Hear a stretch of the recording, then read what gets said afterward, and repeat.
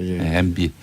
뭐 지금이 아니라 좀 꽤 됐는데 이제 정점에 오르셨죠. 예. 정점에 오르셨고 영장을 보면 이렇게 돼 있습니다. 뭐 많이들 들으셨지만 뇌물이 가장 기본이 되고 있고 네. 그다음에 이제 다스가 실소유주가 이명박 전 대통령이기 때문에 그 다스에서 300억이 넘는 비자금을 만든 부분이 횡령에 해당하는 것이고 네. 그다음에 그 다스에서 투자한 돈을 되돌려받기 위해서 삼성이 돈을 대납해준 소송 비용을 대납해준 부분은 뇌물이 되는 것이고요.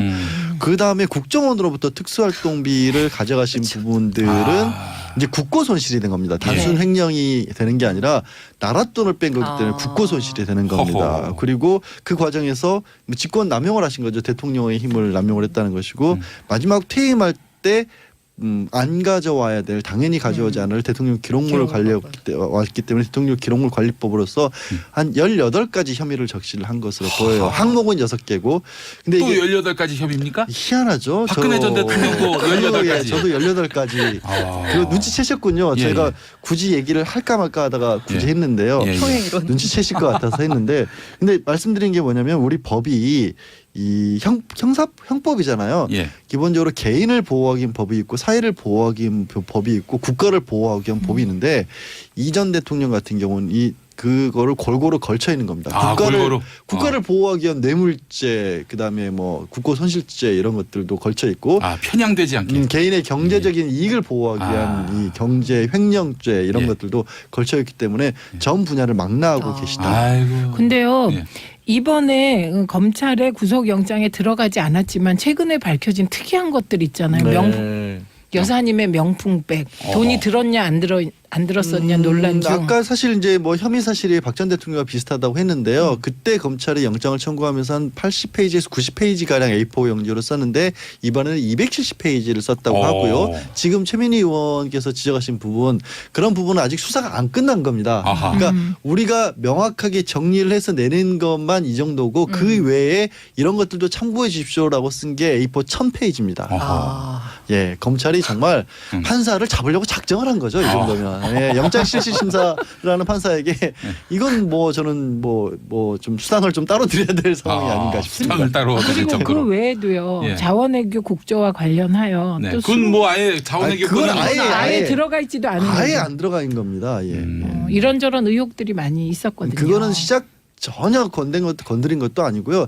결정적으로 이렇게 된 이유가 사실 지난번 1차 소환조사 이후에 그때 얘기를 한 게 나는 전혀 아무것도 잘못한 게 없다. 그리고 문서들 증거들을 제대로 보여주진 않았거든요. 왜냐하면 시간이 워낙 부족한 상황에서 문서 일일이 들이밀면서 뭐 물어볼 겨를이 없었어요. 120페이지 질문지 만드는 거 묻고 답하기도 바빴으니까.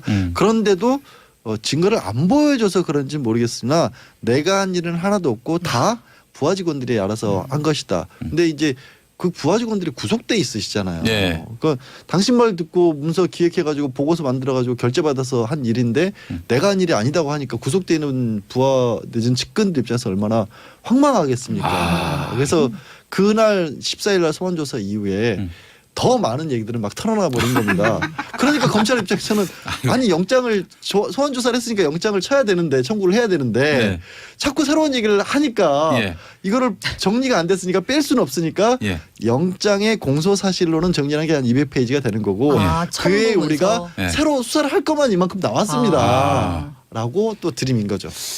아이고, 영장 실질 심사가 언제 이루어질지 이제 오전 내에 결정을 한다고 하는데 오전 내에 결정을 하는데요. 이제 지금 상황은 법원에서 결정을 하는 건데 이 좀 약간 서둘렀던 이유 중에 하나가 내일이죠. 수요일 날 22일 내일이 22일인가요? 근데 모레구나. 이제 문무일 검찰총장이 기자들하고 또 간담회가 좀 예정돼 있다고 합니다. 그러니까 검찰총장 입장에서는 정리가 다 된 상태에서 그 당원의 경과를 허심탄회하게 얘기하는 자리가 되기를 바라지 않을까. 그래서 법원 쪽에서 조금 서둘러 주기를 아마 저는 바랄 거라고 예상을 합니다. 그렇군요. 그러면은 당장 내일이 될 수도 있는 겁니까? 내일이 될 수도 있고요.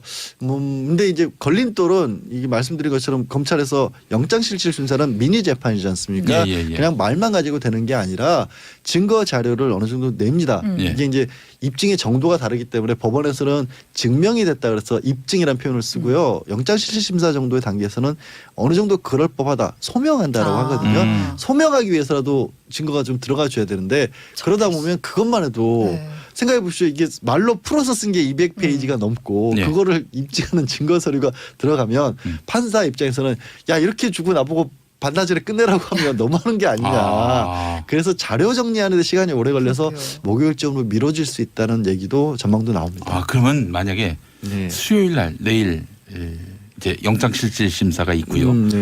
그럼 언제쯤 결과가 나올 것 같습니다. 그러면 이제 그 목요일 새벽쯤에 결과가 나오겠죠. 목요일 새벽쯤에. 목요일 새벽쯤. 목요일 새벽쯤에. 그럼 또 잠 못 드는 수요일 밤이 되겠군요.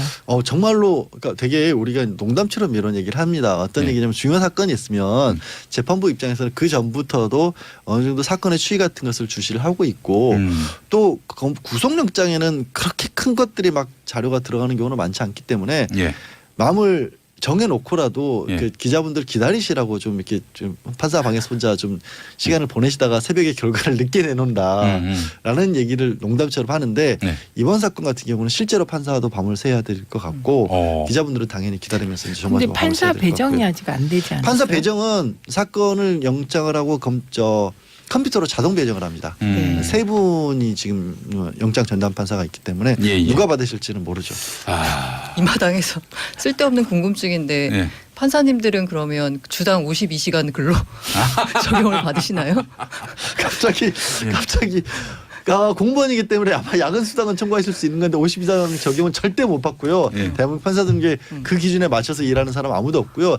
특히 이런 큰 사건을 맡게 되면 그럼 좀 쉬시나요 다음번에? 못 쉬죠. 그리고 그래서 이제 판사님들이 내가 전생에 그 업보가 많은 모양이다라나 탄식을 하신다라고도 합니다. 이런 거 맡으면 절대 안 좋아하십니다. 왜냐하면 너무 부담스러우니까. 그래도 뭐 출세를 하려면은 뭐 당연히 그럼 뭔가 역사적인 판결을 내가 한다라는. 근데 위험 부담도 그만큼 크다는 거죠. 여기서 정말 잘하면 모르겠으나 조그만 실수라도 하나가 있으면 또 이해관계에 너무 첨예하게 엇갈리고 또 어느 쪽에 결론을 해도 어느 쪽으로부터는 반드시 비난을 받을 수밖에 없는 구조잖아요. 그래서 싫어한답니다. 언제 영장 실질 심사를 할지 또 어느 때 그 결과가 나올지 이거는 지금 우리가 다양한 예측을 할 수 있지만 결과는 이미 다 나온 것 같아요. 결과는 그러니까 검찰에서 영장을 청구하면서 이 부분을 강조한 부분이 뭐냐면 우리 많이들 아시겠지만 지난 10년 동안 끊임없이 얘기가 나왔지만 한 번도 드러난 적이 없지 않습니까?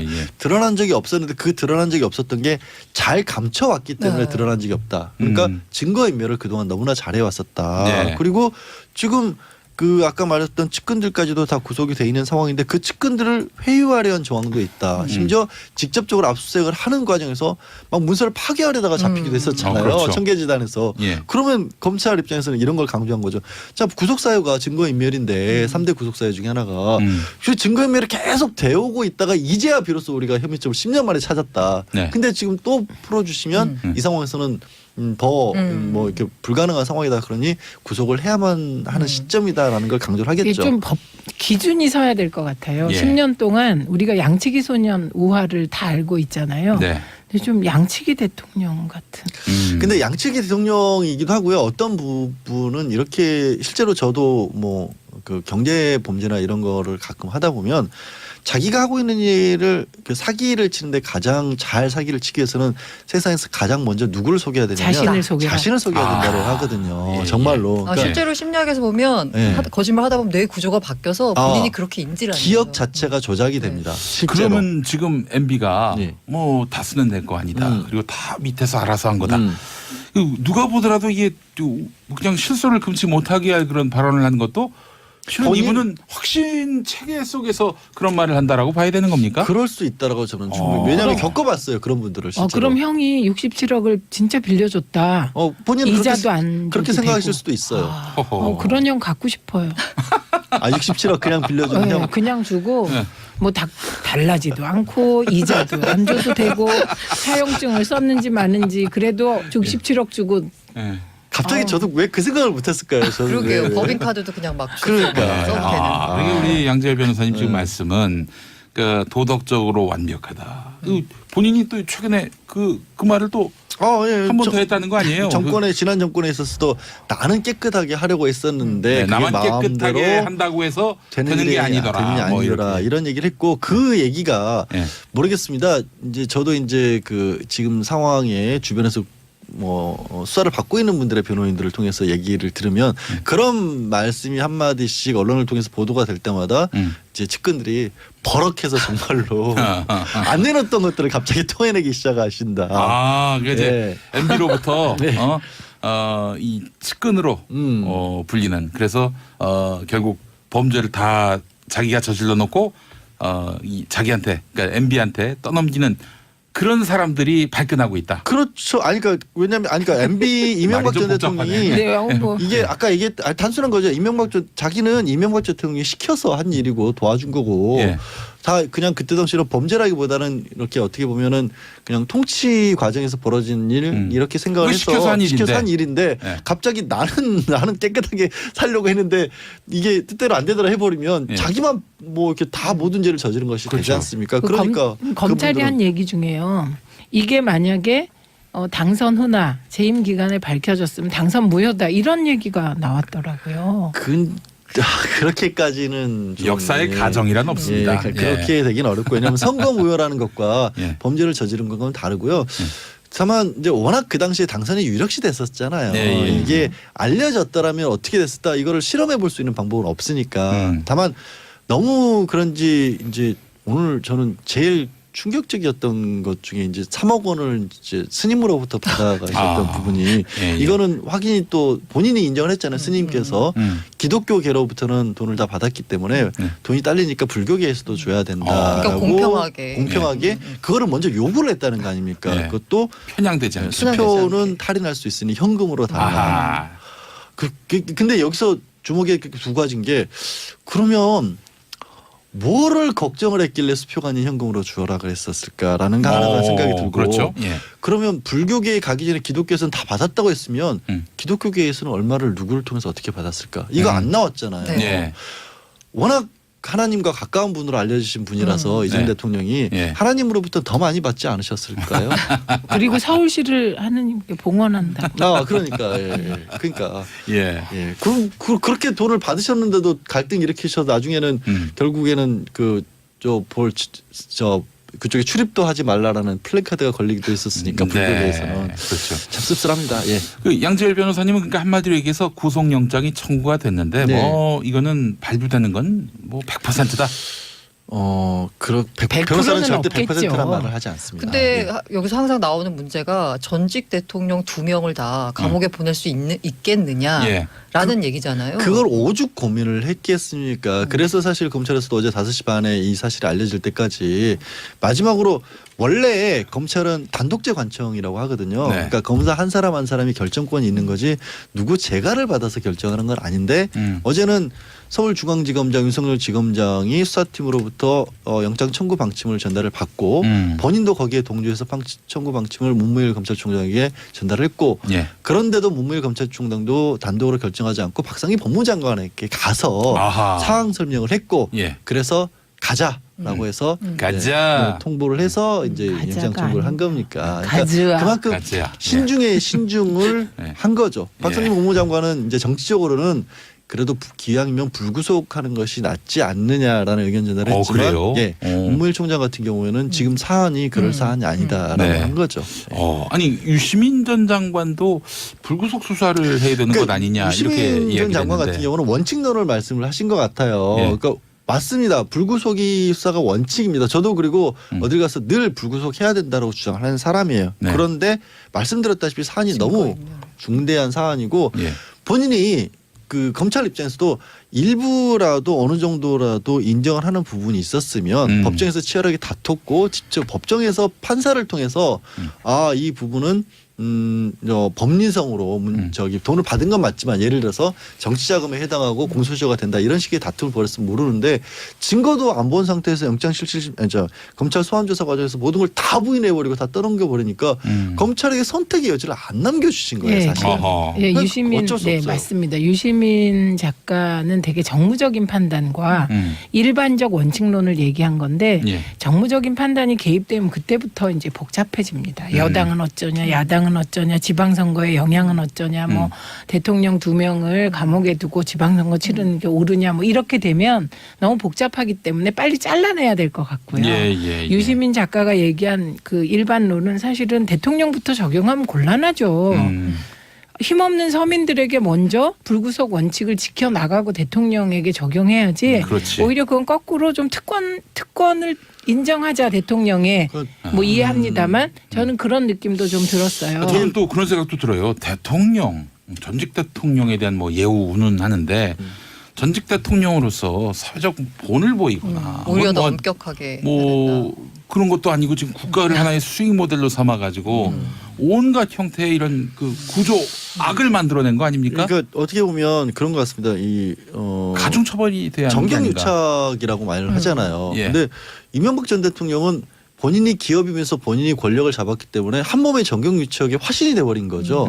현실 그러니까 정경일체가 돼버린 거 아니겠어요? 진짜 그런 정경일체가 됐고 그런 형태의 어떤 통치는 마지막이어야 돼야 된다. 사실 본인 말대로. 그럼 마지막이어야 된다. 저는 그게 마지막이어야 그 말이 마지막이어야 된다는 얘기가 거기서 끝났으면 좋겠고요. 근데 이 사안이 워낙 중요하다 보니까 대통령위원회에서 이렇게 계속해서 검찰에서 일종의 피의 사실이잖아요. 이런 것들이 다 낱낱이 알려지는 게 맞느냐를 가지고도 또 정치권에서도 그렇고 일부 반론을 제기하는 분들도 계세요. 지금의 검찰의 입장은 그런데 뭐냐면 이만큼 위중한 사안이기 때문에 우리로서도 수사 과정에 있는 일을 비난을 감수하고라도 다 기자들에게 얘기를 하겠다는 겁니다. 그러니까 이례적으로 다른 수사와는 달리 이게 기자들이 막 또 뒷면에서 취재를 하는 게 아니라요. 정례 브리핑 하다시피 다 알려주고 있어요. 그게 검찰은 욕을 먹더라도 피의사실 공포 아니라 욕을 먹더라도 그렇게 낱낱이 공개한 상태에서 가지 않으면 안 될 만큼 사안이 엄중해서 그러는 것이다. 입장입니다. 또 이야기 들어보니까 수사 검사들이 혀를 내두른다는 얘기가 있어요. 이건 정말 해도 너무하다. 이건 역대급이라는 표현으로는 부족하다. 그래서 이제 검찰에서 한 얘기가 18가지 중에서 하나만으로도 구속을 피할 수 없을 만큼 각자가 다 중대 범죄다라고 그런데 얘기하고 있죠. 제 주변에서만 그런지 모르겠는데 박근혜 전 대통령 구속에서는 굉장히 반감을 가지시는 주로 나이 드신 어르신들이 많았거든요. 근데 이 MB 구속에 대해서는 그닥 큰 반향을 모르겠어요. 제 주변만 그런지 모르겠는데. 실제 14일 날 소환조사하는 당일 날도 자택 앞에서 한 사람 정도가 시위를 하다가 검찰청 앞으로 한 사람이 1인 시위를 했었고요. 자유한국당 의원 한 3명 정도가 지지자들 몇 명과 함께 잠깐 나왔다 갔죠. 저도 그날 검찰청에 갔었거든요. 주변이 정말 조용했어요. 그리고 오히려 구속시켜야 된다라는 시민단체 분들은 와 계셨는데 반대파, 그러니까 지지하는 사람들이 안 계셨어요. 예전에 이명박 전 대통령은 그걸 이제 국가기관을 동원해서 자기 팬을 모았지 않습니까? 이제 댓글 달기 한다든지 경찰 뭐 수만 명, 7만 명. 이것도 사실은 이제 진짜 생각해보니까 그런데 왜냐하면 그 댓글이 정말 순수한 댓글이었으면 나왔어야죠. 그분들이 정치적 지지자들이 있어야 되는데 없네? 그것만으로도 조작이었던 반증이 되네요. 그리고 그렇습니다. 실제로 제가 지역을 돌잖아요. 계속 돌면 진짜 박근혜 전 대통령에 대해서는 아직도 풀어줘야 된다, 뭐 막 가엾다 이런 분들이 계세요. 그런데 이명박 전 대통령에 대해서는 단 한 명도 그런 말을 안 하세요. 해도 너무했다 이런 분위기. 뭐 단 한 명도 없다고 말하는 건 우리긴 하겠지만 제가 못 만났다. 우리 최민희 전 의원님 주변에는 한 명도 없다. 이렇게 정리하겠습니다. 실제로 여론조사 결과가 있는데 3월 16일에서 17일 전국 남녀 만 19살 이상 성인 남녀 1,041명을 대상으로 한국사회여론연구소가 조사를 했는데 이명박 전 대통령 구속 수사에 대해서는 75.1%가 그렇게 해야 한다. 지지한다는 입장을 표명했고요. 나머지는 이제 구속까지 할 필요가 있겠느냐라는 의견이었겠죠. 이번 여론조사는 유무선 RDD 전화 면접 조사 방식으로 실시했고 표본 오차는 95% 신뢰 수준에서 플러스 마이너스 0%포인트고 응답률은 12%. 자세한 사항은 중앙선거여론조사심의위원회 홈페이지를 참조하시면 됩니다. 이거 안 하면 네, 방송심의 네, 알고 있습니다. 네. 예. 뭐 알면서 웃어요. 이게 하면서 보통 이런 건 다다다다다 읽으시는데 굉장히 예. 자세히 읽으셔가지고요. 예. 또 저는 또 친절해야 되고 네. 항상 이렇게 방송 심의 규정을 준수하는 모범적인 진행자를 표방하고 있습니다. 예. 이렇게 이야기하다 보니까 벌써 2부가 끝났습니다. 어머. 그러게요. 벌써 저 끝났네. 3부에서는 저는 입을 좀 닫고 있어야겠습니다. 계속 혼자 저만 떠든 것 같아서. 잘하셨어요. 네, 우리 이명박 전 대통령이 아주 무수한 화살을 뿌리고 이렇게 영장 실질 심사를 받으러 나가야 할 것 안 같은데. 가실 수도 있다는 얘기도 나오고 있어요. 본인은 안 가고. 본인 안 가면 어떻게 되는 아니 겁니까? 뭐그 서류상으로 심실하는데 법정에서 다투겠다는 입장을 좀 밝히는 게 혹시 가봐야 소용없는 게 아니냐는 판단도 그러면 하고 이제 집에서 구속되는 겁니까? 어떻게 되는 거예요? 이건 이따가 11시 넘어서 이야기를 나눠보도록 하겠습니다. 이따 봬요. 예. 네, MB. 뭐 지금이 아니라 좀 꽤 됐는데 이제 정점에 오르셨죠. 예. 정점에 오르셨고 영장을 보면 이렇게 돼 있습니다. 뭐 많이들 들으셨지만 뇌물이 가장 기본이 되고 있고 네. 그다음에 이제 다스가 실소유주가 이명박 전 대통령이기 때문에 그 다스에서 300억이 넘는 비자금을 만든 부분이 횡령에 해당하는 것이고 네. 그다음에 그 다스에서 투자한 돈을 되돌려받기 위해서 삼성이 돈을 대납해준 소송 비용을 대납해준 부분은 뇌물이 되는 것이고요. 그 다음에 국정원으로부터 특수활동비를 가져가신 부분들은 이제 국고 손실이 된 겁니다. 단순 횡령이 되는 게 아니라 나라 돈을 뺀 거기 때문에 국고 손실이 되는 겁니다. 허허. 그리고 그 과정에서 직권 남용을 하신 거죠. 대통령의 힘을 남용을 했다는 것이고 마지막 퇴임할 때 안 가져와야 될 당연히 가져오지 않을 대통령 기록물을 왔기 때문에 대통령 기록물 관리법으로서 한 18가지 혐의를 적시를 한 것으로 보여요. 항목은 6개고. 근데 또 이게 18가지 협의입니까? 희한하죠. 박근혜 전 대통령도 18가지. 예, 저도 18가지. 그거 눈치채셨군요. 예, 제가 예. 굳이 얘기를 할까 말까 하다가 굳이 예. 했는데요. 예, 예. 평행이론. 눈치채실 것 같아서 했는데 근데 말씀드린 게 뭐냐면 우리 법이 이 형법이잖아요. 예. 기본적으로 개인을 보호하기 위한 법이 있고 사회를 보호하기 위한 법이 있고 국가를 보호하기 위한 법이 있는데 이 전 대통령 같은 경우는 그거를 골고루 걸쳐 있는 겁니다. 골고루. 국가를 보호하기 위한 뇌물죄, 그다음에 뭐 국고 손실죄 이런 것들도 걸쳐 있고 편향되지 않게. 개인의 경제적인 이익을 보호하기 위한 이 경제 횡령죄 이런 것들도 걸쳐 있기 때문에 전 분야를 망라하고 계시다. 아이고. 근데요. 예. 이번에 검찰의 구속영장에 들어가지 않았지만 최근에 밝혀진 특이한 것들 있잖아요. 네. 여사님의 명품백 돈이 들었냐 안 들었었냐 논란 중. 아까 사실 이제 뭐 혐의 사실이 박 전 대통령과 막 문서를 파괴하려다가 잡히기도 했었잖아요. 그렇죠. 청계지단에서. 예. 그러면 검찰 입장에서는 이런 걸 강조한 거죠. 자, 구속사유가 증거인멸인데 3대 구속사유 중에 하나가 그 증거인멸이 계속 되어오고 있다가 이제야 비로소 우리가 혐의점을 10년 만에 찾았다. 네. 근데 지금 또 풀어주시면 이 상황에서는 더 뭐 이렇게 불가능한 상황이다 그러니 구속을 해야만 하는 시점이다라는 걸 강조를 이게 하겠죠. 좀 법 기준이 서야 될 것 같아요. 예. 10년 동안 우리가 양치기 소년 우화를 다 알고 있잖아요. 네. 근데 좀 양치기 대통령 같은. 근데 양측이 대통령이기도 하고요. 어떤 부분은 이렇게 실제로 저도 뭐 그 경제 범죄나 이런 거를 가끔 하다 보면 자기가 하고 있는 일을 그 사기를 치는데 가장 잘 사기를 치기 위해서는 세상에서 가장 먼저 누구를 속여야 되냐면 자신을 속여라. 된다고 하거든요. 예, 정말로. 그러니까 실제로 심리학에서 보면 네. 거짓말 하다 보면 뇌 구조가 바뀌어서 본인이 그렇게 인지를 안 해요. 기억 자체가 조작이 됩니다. 실제로. 그러면 지금 MB가 예. 뭐 다스는 될 거 아니다. 그리고 다 밑에서 알아서 한 거다. 누가 보더라도 이게 그냥 실소를 금치 못하게 할 그런 발언을 한 것도 실은 이분은 확신 체계 속에서 그런 말을 한다라고 봐야 되는 겁니까? 그럴 수 있다라고 저는 충분히. 왜냐하면 겪어봤어요. 그런 분들을 실제로. 그럼 형이 67억을 진짜 빌려줬다. 본인은 이자도 안 그렇게 줘도 생각하실 되고. 수도 있어요. 그런 형 갖고 싶어요. 67억 그냥 빌려주는 형. 그냥 주고 네. 뭐 달라지도 않고 이자도 안 줘도 되고 사용증을 썼는지 마는지 그래도 67억 주고 네. 갑자기 저도 왜 그 생각을 못했을까요? 저는 그러게요. 왜. 법인카드도 그냥 막 그러니까. 써도 되는. 우리 양재열 변호사님 지금 말씀은 그 도덕적으로 완벽하다. 본인이 또 최근에 그 말을 또 예. 한 번 더 했다는 거 아니에요? 정권에 지난 정권에 있었어도 나는 깨끗하게 하려고 했었는데 그게 나만 마음대로 깨끗하게 한다고 해서 되는 게 아니더라. 뭐 이런 얘기를 했고 그 얘기가 예. 모르겠습니다. 예. 그 기자분들 기다리시라고 좀 이렇게 좀 판사 방에서 혼자 좀 시간을 보내시다가 새벽에 결과를 늦게 내놓는다라는 얘기를 농담처럼 하는데 네. 이번 사건 같은 경우는 실제로 판사도 밤을 새야 될 것 같고 기자분들은 당연히 기다리면서 이제 근데 판사 배정이 아직 안 되지 않았어요? 판사 배정은 사건을 영장을 하고 컴퓨터로 자동 배정을 합니다. 세 분이 지금 영장 전담 판사가 있기 때문에 누가 받으실지는 모르죠. 이 마당에서 쓸데없는 궁금증인데 예. 판사님들은 그러면 주당 52시간 근로 적용을 받으시나요?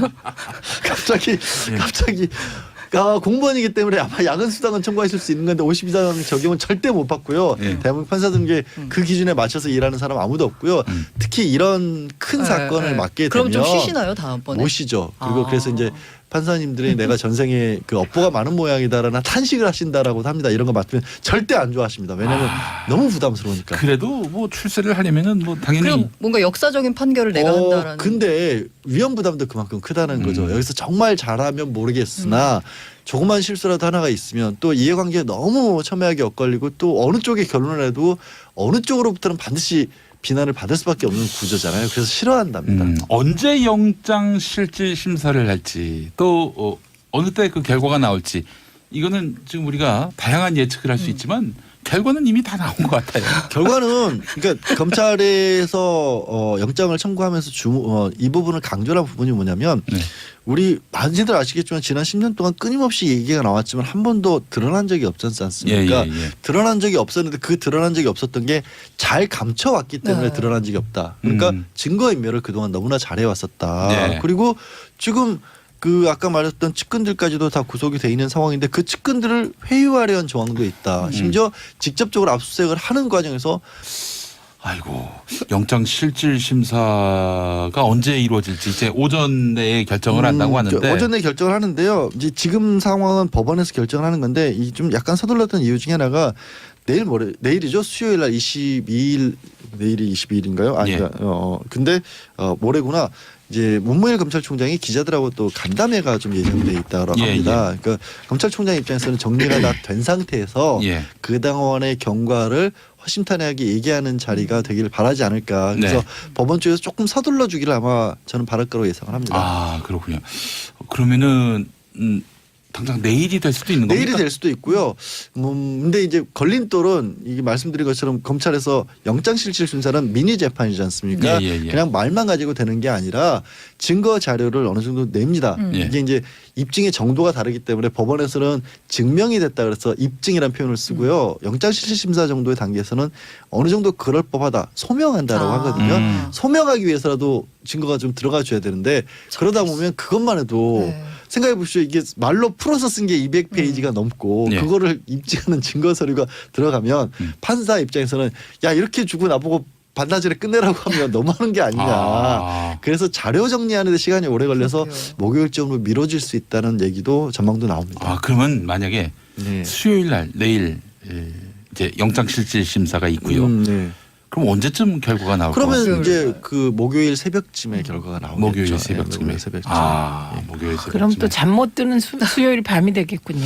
정말로 그러니까 되게 우리가 농담처럼 이런 얘기를 합니다. 어떤 얘기냐면 중요한 사건이 있으면 재판부 입장에서는 그 전부터도 어느 정도 사건의 추이 같은 것을 주시를 하고 있고 또 구속영장에는 그렇게 큰 것들이 막 자료가 들어가는 경우는 많지 않기 때문에 마음을 정해놓고라도 비슷하다고 했는데요. 그때 검찰이 영장을 청구하면서 한 80페이지에서 90페이지가량 A4 용지로 썼는데 이번에는 270페이지를 썼다고 하고요. 지금 최민희 의원께서 지적하신 부분 그런 부분은 아직 수사가 안 끝난 겁니다. 그러니까 우리가 명확하게 정리를 해서 내는 것만 이 정도고 그 외에 이런 것들도 참고해 주십시오라고 쓴 게 A4 1000페이지입니다. 검찰이 정말 판사를 잡으려고 작정을 한 거죠. 이 정도면. 영장실질심사라는 판사에게 이건 뭐 저는 뭐 좀 수당을 좀 따로 드려야 될 상황이 아닌가 싶습니다. 수당을 따로 드릴 정도로. 그 외에도요. 자원외교 국조와 관련하여 또 그건 뭐 아예 자원외교 그건 아예 들어가 있지도 않은 아예 거죠. 안 들어가 있는 겁니다. 이런저런 의혹들이 많이 있었거든요. 그거는 시작 전혀 건드린 것도 아니고요. 결정적으로 이렇게 된 이유가 사실 지난번 1차 소환 조사 이후에 그때 얘기를 한 게 나는 전혀 아무것도 잘못한 게 없다. 그리고 문서들 증거들을 제대로 보여주지는 않았거든요. 왜냐하면 시간이 워낙 부족한 상황에서 문서 일일이 들이밀면서 뭐 물어볼 겨를이 없었어요. 120페이지 질문지 만드는 거 묻고 답하기도 바빴으니까. 그런데도 증거를 안 보여줘서 그런지 모르겠으나 내가 한 일은 하나도 없고 다 부하 직원들이 알아서 한 것이다. 근데 이제 그 부하 직원들이 구속돼 있으시잖아요. 그러니까 당신 말 듣고 문서 기획해가지고 보고서 만들어가지고 결제받아서 한 일인데 내가 한 일이 아니다고 하니까 구속돼 있는 부하 늦은 측근들 입장에서 얼마나 황망하겠습니까. 그래서 그날 14일 날 소환조사 이후에 더 많은 얘기들을 막 털어놔 버린 겁니다. 그러니까 검찰 입장에서는 아니 영장을 소환 조사를 했으니까 영장을 쳐야 되는데 청구를 해야 되는데 자꾸 새로운 얘기를 하니까 이거를 정리가 안 됐으니까 뺄 수는 없으니까 영장의 공소 사실로는 정리하는 게 한 200페이지가 되는 거고 그에 우리가 새로 수사를 할 것만 이만큼 나왔습니다. 라고 또 드림인 거죠.